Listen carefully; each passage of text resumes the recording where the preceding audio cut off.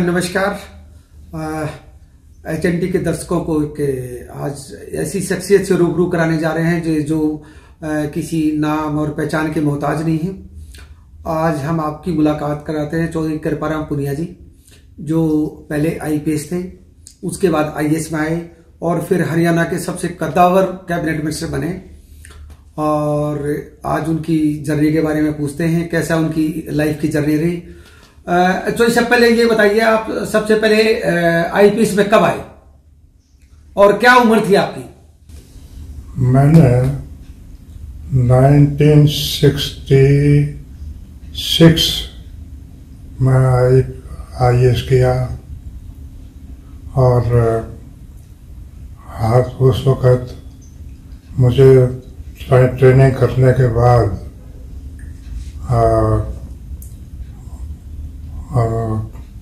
UP cadre मुझे allot हुआ था, मगर IPS में हुआ था ना? पहले IPS में। हाँ, IPS कौन से ईयर में? IPS कौन से साल में? 65। ओके, हरियाणा बनने से भी पहले आप IPS में आ गए थे। अच्छा, जिस टाइम आप IPS में आए उस टाइम गांव में तैयारी करते थे या किसी शहर में तैयारी करने का मौका मिला आपको? टोटल गांव में 100%. Of course, I have been going to Delhi, तो वो थोड़ा बीच में चलता था। तो मतलब इतनी मुश्किल जो परीक्षा है, हिंदुस्तान की जो नंबर 1 मुश्किल परीक्षा है, वो गांव में रह के बगैर संसाधन हो के, तब तो लाइट भी नहीं थी ना, कुछ भी नहीं था। तो आप पढ़ाई कैसे करते थे? बस दिन में कर लेते थे और शाम को दीवा लगा के उसके सामने बैठ जाते थे, चलता था। देखिए, ये कमाल है, हमारे लिए कितना मोटिवेशन है हम जैसे लोगों के लिए कि एक इतनी बड़ी परीक्षा को इन्होंने दिए की पढ़ाई के अंदर पढ़ के पास किया है। और उस टाइम आपकी शादी हो चुकी थी जब IPS में आए आप? हाँ, हो चुके थे। तो शादी के बाद भी समय मिल जाता था आपको? क्योंकि गांव में तो बहुत सारे काम रहते हैं, माता पिताजी कोई खेतों में इधर उधर आपको जो सब भेजते थे, गांव में और भी बहुत सारे काम थे, ऊपर से परिवार भी था, शादी भी हो गई थी, तो कैसे समय निकालते थे पढ़ाई के लिए? उस वक्त मैं दिल्ली ट्रांसफर कर लिया था, शिफ्ट कर लिया था कुछ 2-3 साल के लिए, तो चलता था ठीक। तो हरियाणा में कैसे आना हुआ? हरियाणा का कैडर आपको कैसे मिला? नहीं, मुझे तो रूटीन में मिल गया। I was the first Haryanvi to become IAS and IPS। मेरे से पहले तो कोई था ही नहीं। अरे वाह, ये तो दर्शकों, ये आज हम सौभाग्यशाली हैं कि इतनी बड़ी शख्सियत के सामने हम बैठे हैं जो हरियाणा के उस टाइम पहले IAS और IPS रहे हैं। तो हरियाणा का IAS कैडर में कौन से साल में आ गए थे आप? पहले तो IPS में रहे 1965 में, और IAS में कौन से साल में आए? वो तो कैडर तो तभी आ गए थे 64 में। अच्छा, नहीं, पहले तो यूपी कैडर मिला आपको IPS का पहले? वो तो जाना फिर 66 में ही, 1966 में, 6 में ही मैं तो हो गया था। एक साल का बट। ओके। वो 63 में मैं IPS बना, 64 में मैं वो IAS बन गया। ये भी जो सब एक बहुत बड़ा अपने आप में IPS में आना, उसके बाद सर्विस में रहते हुए IAS में आना। सबसे पहले पोस्टिंग कहाँ रही थी आपकी? जो सबसे पहले पोस्टिंग कहाँ पे हुई हरियाणा में? फिरोजपुर। अच्छा, फिरोजपुर। फिर हरियाणा बढ़ गया 66 में। हाँ। तो फिर मेरा वो हरियाणा काडर दे दिया। हाँ। तो फिर मेरी एज STM पोस्टिंग हुई थी महेंद्रगढ़ में। और सबसे लास्ट पोस्टिंग जब आप राजनीति में एंटर करते हैं तो लास्ट पोस्टिंग कहाँ थी आपकी? मैं कमिश्नर कम 2-3 डिपार्टमेंट थे मेरे पास। तो वो थे, बस रूटीन की बात थी। वो तो बात बताने की ये है कि मेरे को जो ना कोई शौक नहीं था पॉलिटिक्स में जाने का, मगर चौधरी देवीलाल के साथ मेरे बहुत जो ना बढ़िया विश्वास के जो ना वो विश्वास भाई की तरह रिलेशन थे, मतलब पूरी धर्मवीर की जोड़ी कहा जाता था आप लोगों को। हाँ, तो वो मेरे साथ जो ना मेरे को कहते रहे, वे पुनिया भाई तो मेरे साथ आ जा, मेरे हाथ पे आ जा। आप ताज्जुब करोगे, 1 साल से फालतू जो ना मेरे पीछा किया क्या भाई मेरे साथ। अरे कहता मैं इसलिए कह रहा हूँ कि मैं तेरे को राजनीति में चाहता हूँ, मेरे को जरूरत है, इसलिए कह रहा हूँ। तो फिर जो ना मैंने एक दिन आ गए वो कहने चल लेके ले जाऊंगा आज तो। ओके। तो फिर मैंने कहा जी ठीक है चलो। कब की बातें हैं जी, मतलब कौन से सन की बातें होंगी? 87 में, मतलब हम 7वीं 8वीं में होंगे तब। देखो तब आप राजनीति में आ गए। अच्छा तो साहब ये बताया, आपने कितने मुख्यमंत्री के साथ काम किया आपने अपनी सर्विस के दौरान हरियाणा में? तकरीबन सारे सबको, राव बिरांदर से जाने उससे सर करके आप तक के सारे मुख्यमंत्री इसके साथ। और हमने सुना है काफी लोगों से कि चोई बंसीलाल जी आप पे बहुत विश्वास करते थे, जैसे चोई देवीलाल बिल्कुल आपको भाई मानते थे। चोई देवीलाल जी ने, हमने सुना है कि एक मिशन दिया था आपको कोऑपरेटिव डिपार्टमेंट का, कि इस कोऑपरेटिव डिपार्टमेंट को आप कोऑपरेटिव बना के दिखाएं। तो जो सब इस जो बंसीलाल जी की क्या सोच थी, उसके ऊपर आपने क्या करके बताया, वो जरा हमारे दर्शकों को बताओ। चौधरी बंसीलाल तो बहुत सख्त जो चीफ मिनिस्टर था और बहुत जो ना वो काम करने वाला तो था, और वो सख्त जब माना जाता है तो मगर जना बुला के एकांत में कहना भाई पुणे मेरे से मिल के जा, जैसे बात करनी है।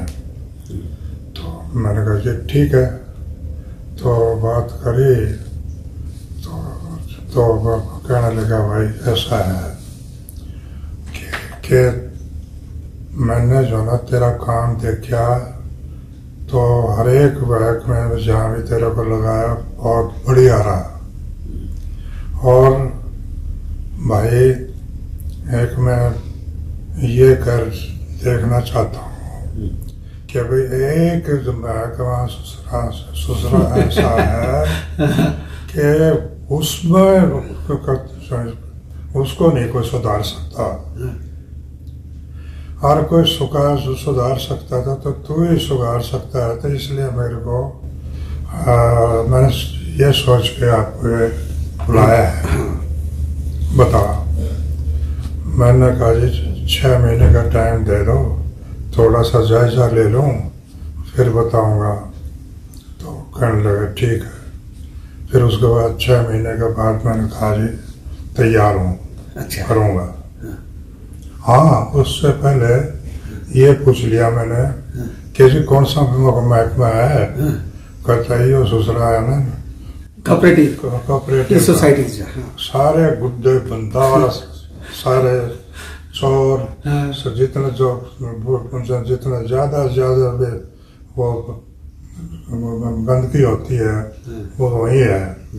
तो इस महकमे को अगर तो इसको सुधार दे तो फिर जब जानू। तो फिर मैंने कहा जी ठीक है, कर दिया। तो तैयारी शुरू करी। तो मैंने कहा जी ऐसा है, काम तो मैं जरूर करूँगा आपके से। कहने का मैंने कहा जी मेरे काम में फिर जना भी कोई किसी के अंदर नहीं होने चाहिए इसका इंटरफेरेंस। तो मैंने कहा इसका मतलब ये नहीं है कि मैं सारा जो ना बन के किसी की पढ़ाई ना, किसी की बात तय ना करूं, वो छोटे बड़े की ऐसी बात नहीं है। हर एक लेवल पर जो जिसकी जो इज्जत करना होती है तो बिल्कुल पूरे इज्जत के साथ वो सारा होगा। मगर जब वो सारा प्रोसेस होने के बाद उसमें जो ना इंटरफेरेंस नहीं होनी चाहिए। तो कहना भाई ठीक है करूँ, तो करा जा। फिर मैंने खिंचाई विचाई शुरू करी थी सर्विस। फिर ओवरहॉलिंग करी आपने कंप्लीट? टोटल ओवरहॉलिंग करी। तो उसका नतीजा ये हुआ कि 6-7 महीने में ही दिखाई देने लग गया, रिजल्ट आ गया। और मुख्यमंत्री जी तो वैसे ही डे बाय डे नजर रखते होंगे। हाँ, सर्कुलर लगवा दिया कि भाई ये हरियाणा का जो रजिस्ट्रार है आरसी हरियाणा का कृपाराम पुनिया, सब जगह सर्कुलेट कर दो इंस्ट्रक्शंस के जो सिस्टम उसने बनाया है वो सारे इंडिया में इसको रोबोट चालू करवाओ। अरे ये तो प्रदेश के लिए बहुत बड़े गर्व की बात थी। कम आपके और आपके परिवार के लिए तो थी, कम से कम ये हरियाणा के लिए भी बहुत बड़ी गौरव की बात थी। तो सब एक ये बिल्कुल आज के टाइम बड़ा एक जायजा सवाल है कि जब आप सर्विस में थे, जब आईएएस थे हरियाणा के अंदर, तो राजनीतिक इंटरफेरेंस कितना था आपकी सर्विस में? मतलब पॉलिटिकल प्रेशर्स आते थे आपके ऊपर? ना, हमने तो कभी देखा ही नहीं कि मंत्री भी होते हैं, अपना काम करते थे, बस ठीक है टक टक टक। और जैसे आज के टाइम राजनीति इतनी गंदी हो चुकी है कि कोई भी सर्विस है बगैर जॉब के, बगैर कोई भी जॉब बगैर पैसे के, बगैर सिफारिश के नहीं लगती है। तो आपके समय क्या थे हालात नौकरी के? उस टाइम भी इसी तरीके से पैसा चलता था जैसे आज चलता है? करोड़ों में नौकरियां बिकती हैं, पेपर लीक होते हैं। देखिए, जो तो शुरू हो गया था जो राजनीतिक आपस में एक दूसरे के ऊपर एलिगेशन लगते हैं, एक दूसरे के ऊपर ईडी की रेड पड़ती है, इनकम टैक्स की होती है, सीबीआई के केसेस बनते हैं, बहुत राजनीति एक दूसरे के ऊपर होगी। अगर मैं पावर में हूं तो आप लोग के ऊपर केस करवा देता हूं, आप पावर में तो हमारे ऊपर केस करवा देते हैं। तो इस तरह की जो आपस में रिवलरी की, जो आपस में राजनीति के द्वेष चल रहे हैं, वो देख के आपको कैसा लगता है? आपके टाइम क्या माहौल था? नहीं, कोई इतना तो ऐसा था ही नहीं। बाकी जो ना अब तो गंद हो गया है सारा। अब तो जो ना कोई इसके बारे में बात करते हुए भी जो ना बहुत ठीक सा नहीं लगता। तो दुर्भाग्य से देश का है कि भाई इतनी भारी डिग्रेडेशन हो गई है राजनीति में, और इससे दिन पर दिन इस बढ़ती ही रही है और बढ़ती जाएगी। तो इसका तो दुख होता है, आप लोगों को भी दुख होता है। पर ये आपके टाइम ईडी सीबीआई ऐसे कुछ होते थे डिपार्टमेंट, पॉलिटिशियंस के ऊपर रेड मारना, उनको तंग करना? कभी सुना ही नहीं। अच्छा, कभी सुना नहीं ना। वो एडीसी क्या है नहीं है? हाँ, सीबीआई और ईडी, सीबीआई वाले। हाँ। उस बिल्डिंग में मेरा कई महकमे थे ना। हाँ। तो मेरे पास भी कभी कभी ऐसा उस बिल्डिंग में मेरा दफ्तर भी हो जाता था। तो देखते थे यक्का दुक्का आदमी देखते थे उसमें। तो सब एक बड़ा हरियाणा का बड़ा किस्सा फेमस है, वो आया राम गया राम। वो क्या किस्सा क्या था राजनीति में? मतलब उस टाइम तो बिल्कुल आप जवानी के पीक पे होंगे, आपने तो देखा होगा। वो बड़े सालों 50 साल पुरानी पता नहीं कितनी बातें होगी। वो आया राम गया राम का क्या किस्सा था? वो बात ये थी कि एमएलए था एक, उसका नाम था मायाराम। हाँ। फिर उसके नाम से जना कोई दूसरा वो एक एमएलए जो कमजोर सा था, उसको नाम भी जना फिर उन्होंने मायाराम लगाया। आयाराम गयाराम। तो इस तरह इससे यही कहानी है। वो किस्सा इतना फेमस हो गया पूरे देश में, चलती रही। अब भी कबार तभी चलता रहता है। अच्छा पुनिया साहब, आपका पैतृक गांव कौन सा है? सालावास। सालावास, तहसील झज्जर, तहसील नहीं sorry, district Jhajjar. District Jhajjar. और पुनिया साहब, अभी भगवान की दया से आप कौन सा जन्मदिन मना के अभी फंक्शन किया है? कितने जन्मदिन अभी मने हैं?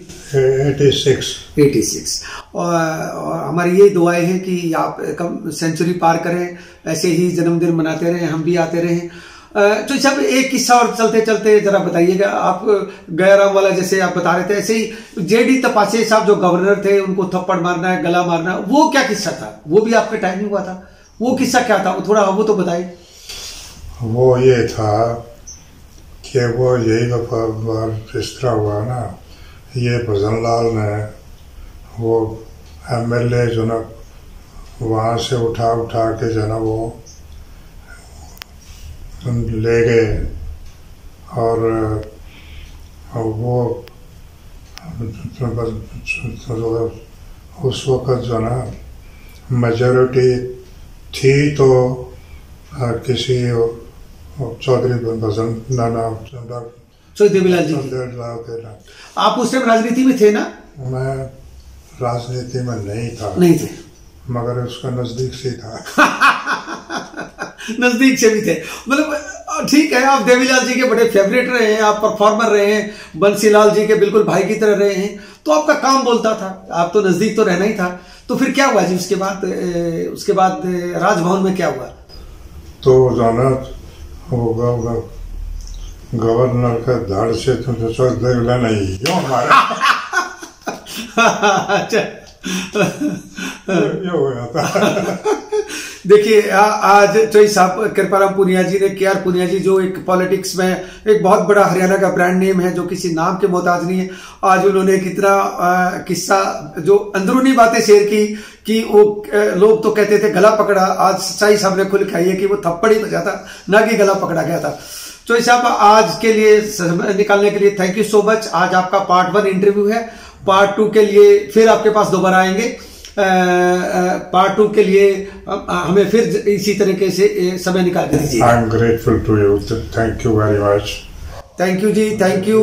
आप HNT न्यूज के दर्शकों, आप मुझे लगता है, मुझे आशा है कि आप इस इंटरव्यू को देख के आपको बहुत अच्छा लगेगा और बहुत खुशी होगी। लाइक करें, सब्सक्राइब करें, ये आपका अपना चैनल है और इसी तरीके से राजनीतिक किस्से आते रहेंगे।